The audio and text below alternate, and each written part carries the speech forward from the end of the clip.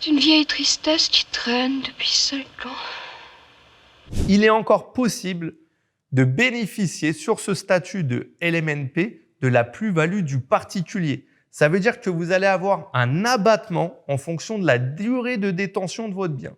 Au-delà de la 5e année, vous allez avoir un abattement sur votre plus-value qui va être pratiqué.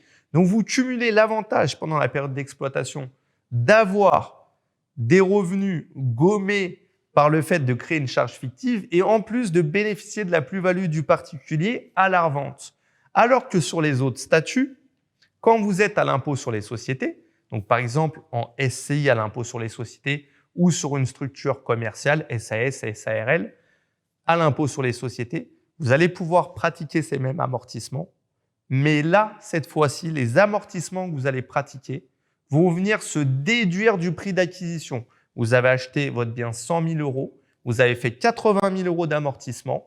On va partir du principe que le bien, vous ne l'avez plus acheté 100 000, mais 20 000 €.